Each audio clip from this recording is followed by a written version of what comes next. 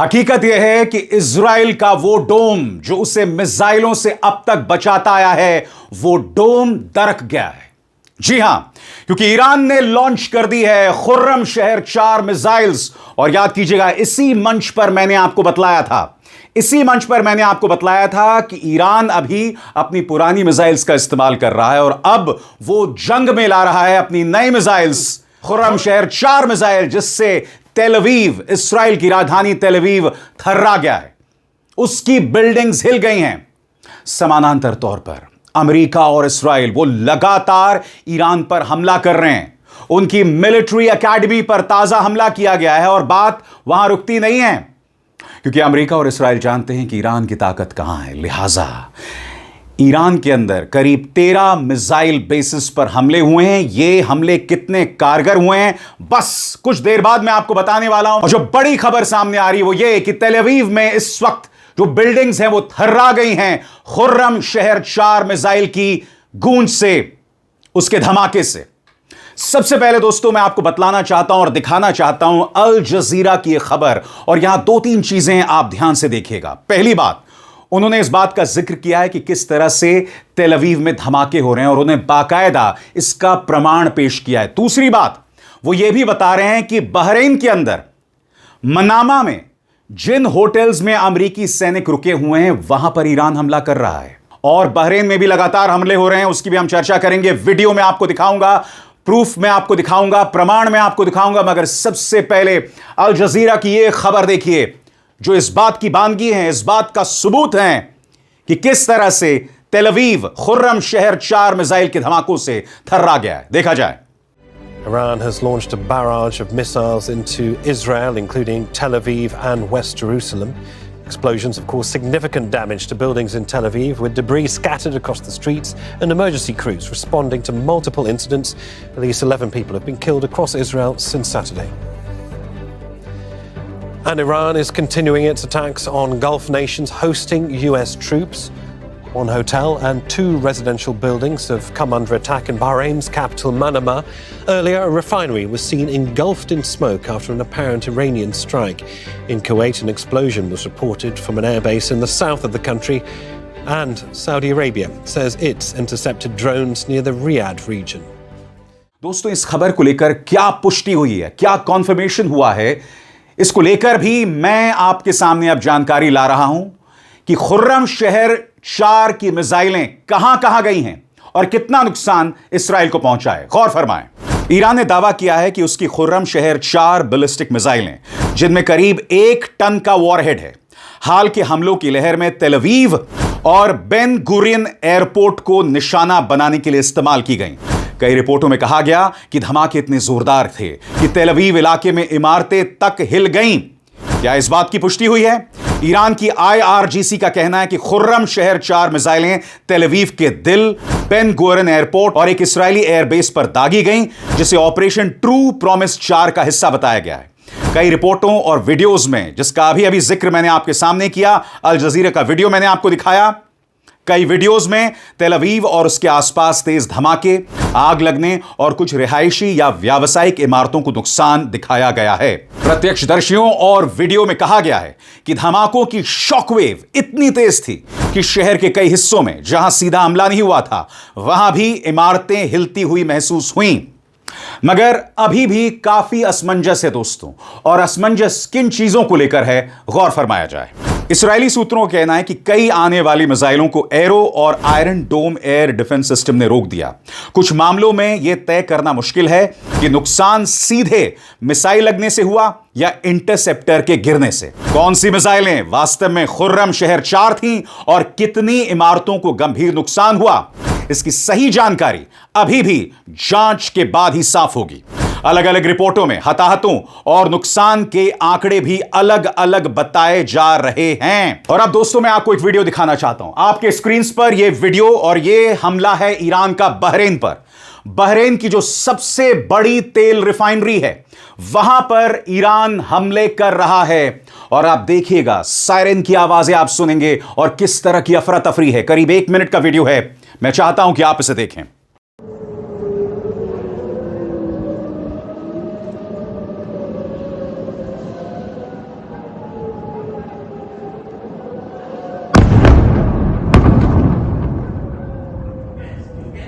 Bro, come, bro.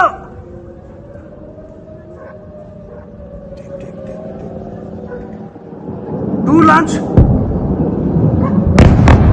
My God.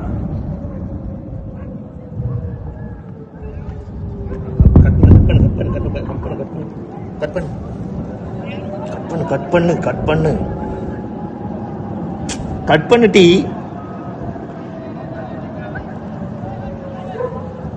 Bro, there one more.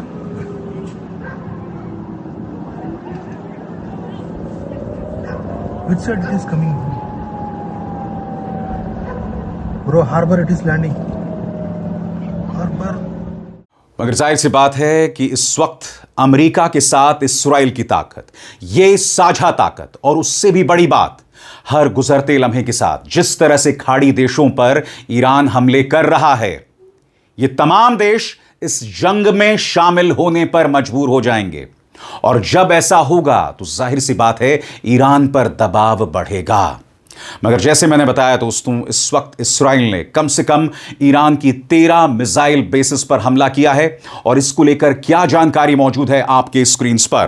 ABC news की एक report के मुताबिक अमेरिका ने ईरान में जमीन के नीचे बने ठिकानों को निशाना बनाया है। बीती रात अमेरिका और इस्राइल ईरान के गहरे भूमिगत मिसाइल ठिकानों पर लगातार हमला कर रहे हैं। एबीसी न्यूज ने इस बात की पुष्टि की है कि ऐसे 13 भूमिगत ठिकाने या तो नुकसानग्रस्त हुए हैं या पूरी तरह नष्ट कर दिए गए हैं।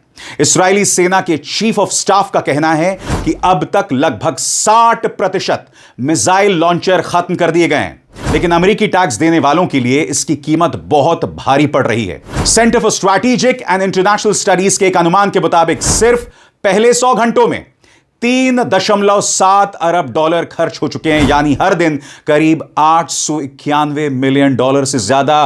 गौर फरमाइए दोस्तों, 100 घंटे में खर्चा कितना है यहां पर? $3.7 अरब। इतना नुकसान अमेरिका को पहले 100 घंटे में हुआ है, और रोज इस जंग में अमेरिका के $891 मिलियन जो हैं वो खर्च हो रहे हैं। और यह अपने आप में बहुत बड़ी बात है। सबसे बड़ी बात, जब एबीसी न्यूज ने यह सवाल अमेरिकी अधिकारियों से पूछा तो उनके पास कोई जवाब नहीं था। जी हां, इस प्रोग्राम में सवाल यह पूछा गया, ठीक है, लेकिन लागत क्या है? क्या आप बता सकते हैं कि यह अमेरिकी लोगों को कितना पड़ेगा? तो इसके जवाब में उन्होंने कहा, मैं बाद में आपको बताऊंगा मैडम, अभी इसका जवाब नहीं दे सकता। इसके बावजूद पेंटागन का कहना है कि उसकी रणनीति कामयाब हो रही है और ईरान को इसका जबरदस्त नुकसान पहुंच रहा है। दावा क्या किया जा रहा है पेंटागन की तरफ से? गौर फरमाए दोस्तों, उनका कहना है कि ईरान के जवाबी हमलों में बड़ी गिरावट आई है। बैलिस्टिक मिसाइल हमले पहले दिन के मुकाबले 90% कम हो गए हैं।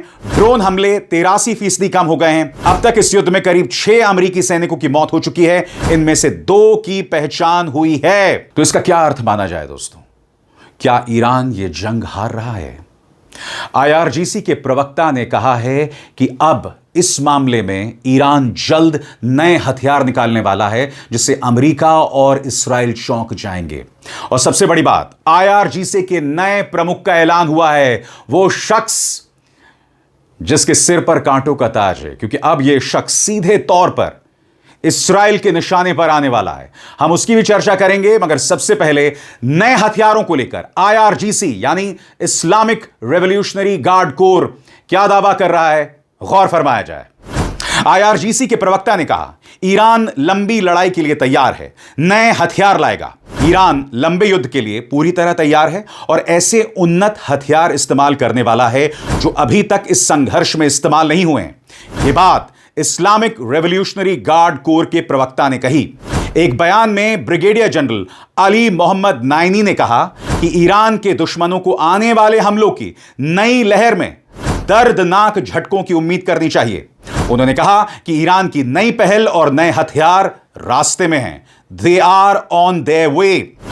उन्होंने यह भी कहा कि यह तकनीक अभी तक बड़े पैमाने पर इस्तेमाल नहीं की गई। नाइनी के मुताबिक पिछले साल अमेरिका और इस्राइल द्वारा शुरू किए गए 12 दिन के युद्ध की तुलना में ईरान अब ज्यादा तैयार है। उन्होंने मौजूदा सैन्य टकराव को पवित्र और वैध युद्ध बताया। और आगे बढ़ने से पहले एक जरूरी संदेश, मेरे कार्यक्रमों के लिए आप नोटिफिकेशन का इंतजार मत कीजिए, मेरे चैनल में जाइए और खुद जाकर कार्यक्रम देखिए और रहिए अपडेटेड। मगर सबकी निगाह इस शख्स पर है दोस्तों, आपके स्क्रीन पर यह हैं अहमद वाहिदी। ये हैं आईआरजीसी के नए कमांडर जो अब इस्राएल के निशाने पर आ गए हैं। इनके सामने चुनौती क्या है और इसके बारे में हमें क्या मालूम है दोस्तों, यह जानना भी बहुत जरूरी हो जाता है। गौर फरमाएं, अहमद वाहिदी की चुनौती कठिन है। मिसाल के तौर पर कासिम सुलेमानी को 2020 में अमेरिका के राष्ट्रपति डोनाल्ड ट्रंप के आदेश पर हुए एक अमेरिकी ड्रोन हमले में मार दिया गया था। आईआरजीसी के हालिया प्रमुख मोहम्मद पकपूर भी 28 फरवरी को अमेरिका इस्राएल के संयुक्त हमले के शुरुआती चरण में मारे गए। पकपूर को तब नियुक्त किया गया था जब इस्राएल ने जून 2025 के 12 दिवसीय युद्ध के दौरान उनके पूर्ववर्ती हुसैन सलामी को मार दिया था।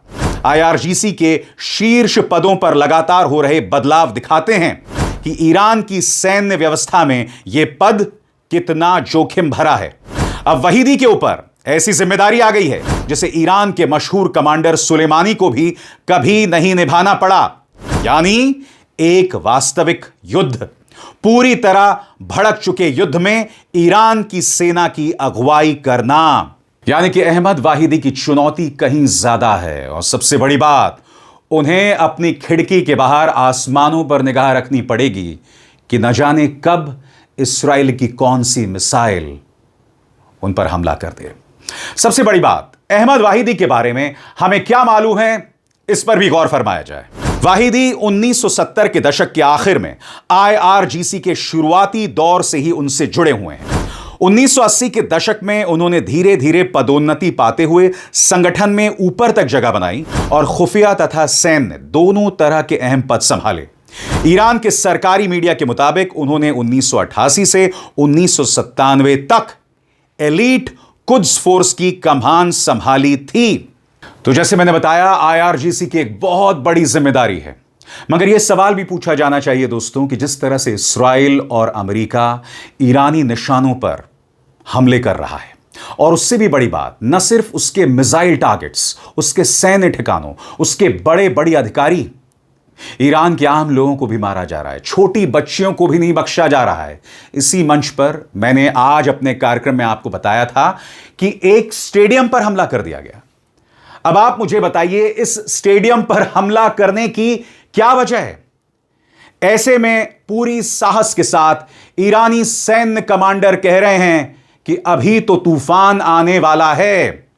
आपको क्या लगता है दोस्तों, यह जो दावा किया जा रहा है, क्या यह महज दावा है या आने वाले दिनों में ईरान कुछ ऐसा शॉक, कुछ ऐसी हैरत अंगेज कार्रवाई करने वाली है जिससे अमेरिका और इस्राएल की जड़ें हिल जाएंगी? सबसे बड़ी बात, इस्राएल अब कह रहा है कि अब यह ऑपरेशन अपने अगले चरण में पहुंच गया है और अगला चरण और भी ज्यादा भयावह होगा। यानी कि अगर इस्राएल पर विश्वास किया जाए, और ज्यादा बेकसूर लोग मारे जाएंगे। और इस बारे में इस्राएल का क्या कहना है, गौर फरमाएं। इस्राएल के सेना प्रमुख ने चेतावनी दी है कि अमेरिका इस्राएल का ईरान के खिलाफ अभियान अब अगले चरण में जा रहा है और इससे ईरानी शासन और उसकी सैन्य क्षमता को और कमजोर किया जाएगा। लेफ्टिनेंट जनरल एयाल जमीर ने टेलीविजन पर दिए गए बयान में कहा, हमारे पास आगे और भी सरप्राइज है जिन्हें मैं अभी बताने का इरादा नहीं रखता। जमीर का यह बयान ऐसे समय आया है जब शुक्रवार तड़के तेहरान में हुए हमलों में एक और लहर की खबर सामने आई। और अक्सर दोस्तों इस लहर में बेकसूर बच्चों पर निशाना साधा जाता है, स्टेडियम्स पर निशाना साधा जाता है। याद कीजिएगा, गांधी अस्पताल जिसकी प्रेरणा हमारे राष्ट्रपिता थे, उस पर इस्राएल ने हमला किया। यह बात समझ के परे है कि आप ईरान के सैन्य ठिकानों पर हमला कर सकते हैं, वहां के नेताओं पर हमला कर सकते हैं, मगर अस्पतालों पर हमला, स्कूल्स पर हमला, यह बताता है कि इस्राएल के मन में किस कदर नफरत है और वो कहीं ना कहीं एक जेनोसाइडल फोर्स बन गया है जो सिर्फ नरसंहार करना चाहता है और उसके अलावा कुछ नहीं। और इस मंच पर जो जो जानकारी मेरे सामने आती रहेगी उसका वाजिब एनालिसिस मैं आपके सामने पेश करता रहूंगा, ये मेरा वादा है। अभिसार शर्मा को दीजिए इजाजत। नमस्कार।